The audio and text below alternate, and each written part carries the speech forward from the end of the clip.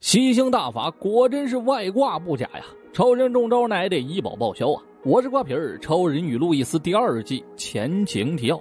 克拉克联手摩根使用了奥特双重闪光，硬生生将吊坠蹬碎在火山之下，再无可能有人借助吊坠进行融合。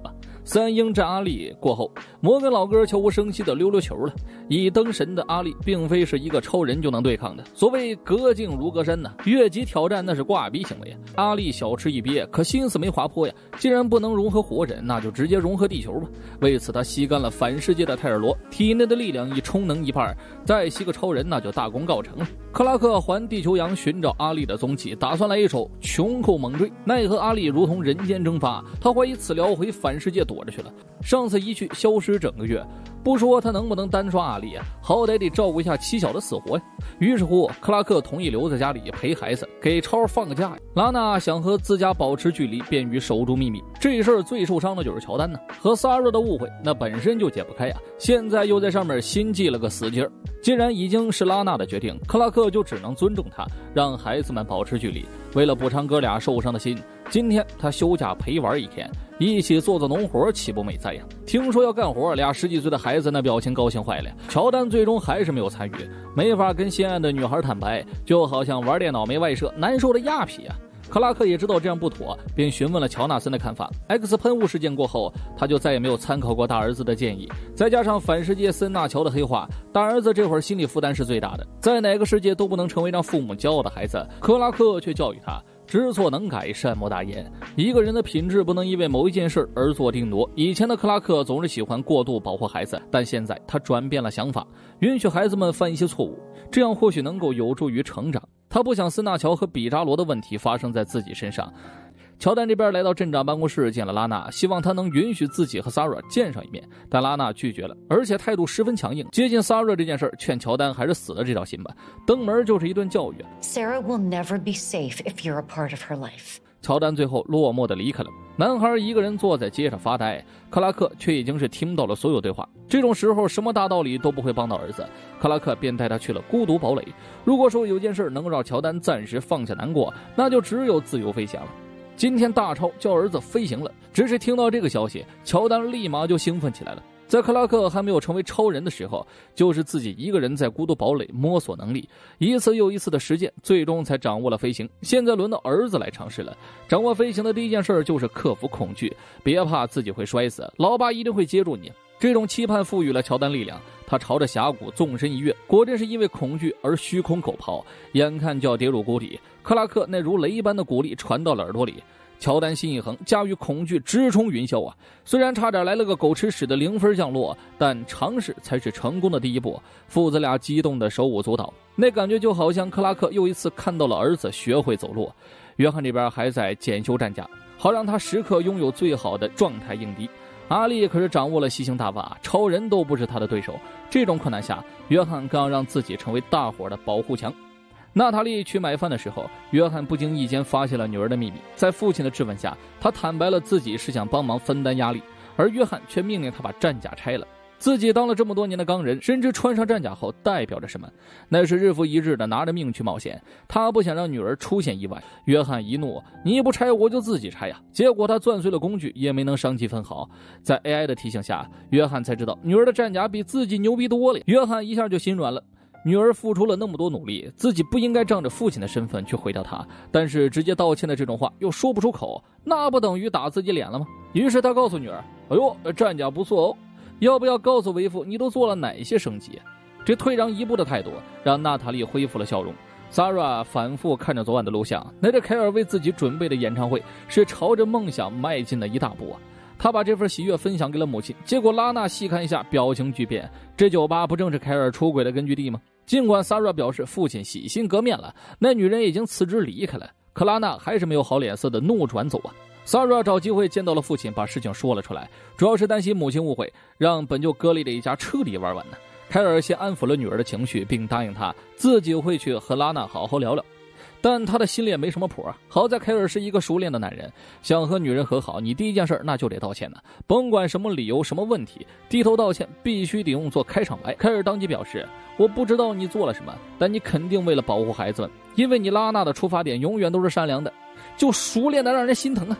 路易斯这边终于得到了山姆的消息，露西和一众信徒就躲在一个偏远的旅馆里，在克里斯的强烈要求下，三人一起上路了。山姆虽然同意了他过来，但也只能在车上放风，这终究是个人家事，况且让他放风已经是最大的退让了。父女俩直接 FBI open the door。如此动静果然引出了露西，见状父女俩添柴加火，说吊坠已经被超人毁了，你们邪教头子阿力也没了踪迹，大伙赶快各回各家吧，飞升计划不可能成功了。露西就好像那个被发际线挤压了脑浆子的山驴逼啊，坚信阿力会来找他，会让大家融合为完整的人，并且叫人没收了超人呼叫器。路易斯不得不坦白了一件事，阿力真正的目的是吸取人们的生命，好让自己成为真正的神。你们这群人就是小猪崽啊，等着被厂长炖肉吧。对付赖皮就只能使用赖皮啊！今天不管发生啥事儿，他都得时刻监督女儿。奈何他们永远叫不醒一个装睡的人。露西宁可相信阿力，也不相信血脉亲人。阿力是真正关怀他，而且懂他的人。当年阿力还只是个小有名气的作者，他写的书就是关于人生空缺的。希望那些深有体会的读者能在书里找到慰藉。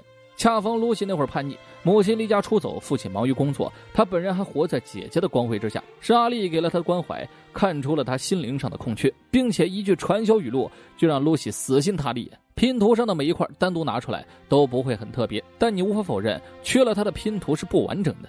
露西表示：“大师，我悟了呀。”没多久，他就搬到了阿里身边，成了飞升计划最早的一批信徒。正是这种知遇之恩，让露西甘愿相信他，也不相信家人。路易斯明白妹妹为什么恨自己，母亲走后，他就扮演起了母亲的身份，对妹妹严加管教，极度苛刻。可他自己当时也是个孩子，根本不懂如何照顾孩子，而这种苛刻在露西看来，那就是来自姐姐的报复。因为当年路易斯为了照顾他，放弃了很多爱好，奈何露西并不懂这些，或者说他是在逃避原本的生活。不可否认，这些年的经历让他嫉妒姐姐，超人当丈夫还有俩乖孩子，但也正是这些令他嫉妒的生活，才让路易斯放弃露西。一家人的关系刚刚有所缓和，就有人慌慌张张的来报信了，说阿力回来了。只看见阿力悬于半空中，犹如上帝一般降临在露西面前，吸星大法吸掉超人。路易斯和山姆又怎么可能出卖克拉克？两人已是抱着死磕的决心。阿力毕竟传销多年，很快做出应对，把话题转到了反世界的三大桥。露西顿时感觉姐姐双标了呀，又隐瞒了她自己的缺陷。她掏出提前没收的呼叫器，不拿出来还好，一拿出来，阿力就看到了希望。见他迟迟没有按下呼叫器，阿力反手就对山姆使用了吸星大法。可露西想后悔都没机会，为了父亲，她只能出卖姐夫呀。农场这边，孤独的乔纳森一人干着家务，听到动静跑出去看，乔丹来了个满分落地，他心里有些不平衡，父亲总是更照顾乔丹，两人一起飞行也不喊声自己。他没有多言，酸溜溜的离开了。克拉克刚想去和儿子解释一下，就听见了呼叫器的声音，破空声立刻传到了旅馆上空。阿力听了一耳朵脚步声，直接预判接话发，让超人还没登场就被吸星大法了。把风的克里斯立马给国防部打来了电话，这事儿很快传到了约翰耳朵里，容不得多虑。父女俩换上战甲就去支援了。此时山姆失去意识，而超人也如同燃烧殆尽的蜡烛，在阿力面前都没有办法站起来了，更别提反抗了。他整个人面无血色，已无支撑他说话的力气。超人倒在地上，再没了声息。抵达上空的钢人妇女分头行动，约翰再次使出了勾股定理之惩罚口诀一锤，早就吸收掉了泰尔罗的阿力轻松接下这招，反而自己去了千里之外。计划得逞的阿力稳如老狗啊，直接溜溜执行下一步。山姆尚有一口气存在，可超人却停了心跳。娜塔莉马上进行急救，但怎么也唤醒不了他那颗钢铁般的心脏。约翰赶回来后直接功率拉满，许久后克拉克才有了微弱心跳。约翰当即抱着兄弟前去治疗，而娜塔莉则带走了山姆。山姆睁开了眼，身边是后悔不已的露西。女儿能回心转意，受点伤山姆也认了。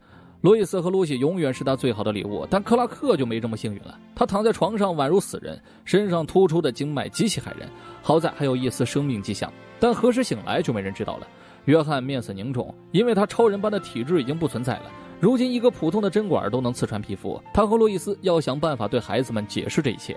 相比之下，凯尔一家就温馨多了，四口子如曾经一样无话不谈。经历了这一切后，凯尔和拉娜更爱他们的女儿了。这边有多光亮，那边就多黑暗。克拉克失去了能力，不知道什么时候才能苏醒。而眼下还有个阿丽在逍遥法外，没有超人这个顶梁柱，大家都没了信心。这时候，约翰凝聚起了大家，他表示自己会坚守到超人归来的那一刻。此时，阿丽只差最后一步，他在反世界公开了自己的计划。躲在地下室的斯伊路和母山已经失去全部希望，而为了保险起见，阿丽还派去娜拉刺杀超人。